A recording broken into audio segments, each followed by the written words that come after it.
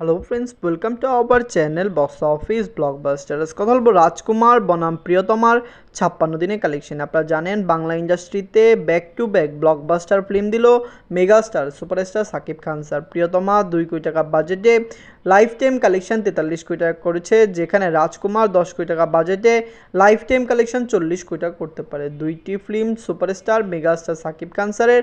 আপনারা জানেন megastar Shakib Khan sir তার ক্যারিয়ারের সবচেয়ে ভালো সময় রয়েছেন।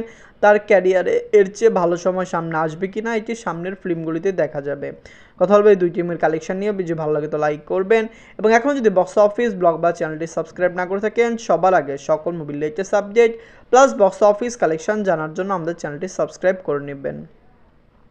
প্রথম বলবো বাজেট নিয়ে। রাজকুমার এমন বাজেট ছিল 10 কোটি টাকা, প্রিয়তমা এমন বাজেট ছিল 2 কোটি টাকা। আপনারা জানেন রাজকুমার একটি big budget film. Lead role আপনারা জানেন একদিকে সুপারস্টার সাকিব খান স্যার, অন্যদিকেও সুপারস্টার সাকিব খান স্যার রয়েছে। প্রিয়তমা রাজকুমার দুইটি ফিল্মই সুপারস্টার সাকিব খান স্যারের।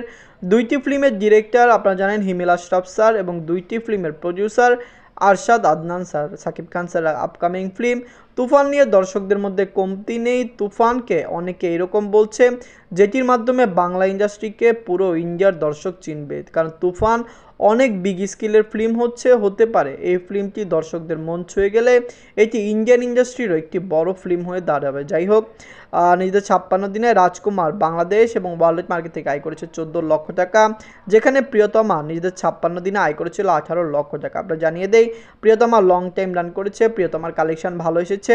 এখনও প্রিয়তমার কালেকশন 18 লক্ষ হলেও আপনি জানিয়ে দেই মুভিটি 60-65 দিনের পরে কিন্তু 30 লাখ 40 লাখ টাকা করে আয় করেছে, কারণ তখন মুভিটি ওভারসিজ মার্কেটের অনেক লোকেশনে চলেছে।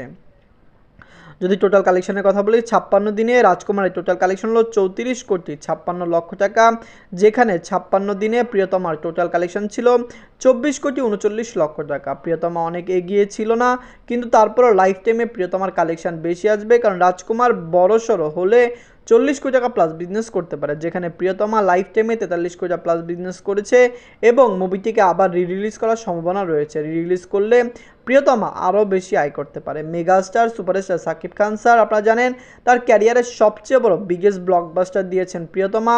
2 কোটি বাজেট খরচ করে 40 কোটি টাকা আয় করা বাংলা কোনো ফিল্ম নেই, সেটি বাংলাদেশে হোক বা ওয়েস্ট বেঙ্গলে হোক। দর্শকরা এই মুভিকে সাপোর্ট করেছে। রাজকুমারও লং টাইম রান করছে। রাজকুমার অনেক ওভারসিজ মার্কেটের লোকেশন রিলিজ হওয়া বাকি রয়েছে। আপকামিং ফিল্ম তুফানেও বিগ স্কেলে হচ্ছে, বিগ বাজেট ফিল্ম। আশা করছি রিকভার করবে এবং বাংলা এবং ওয়েস্ট বেঙ্গল এবং সাউথ ইন্ডিয়ান মার্কেটও তুফান কাঁপাতে পারে। ধন্যবাদ।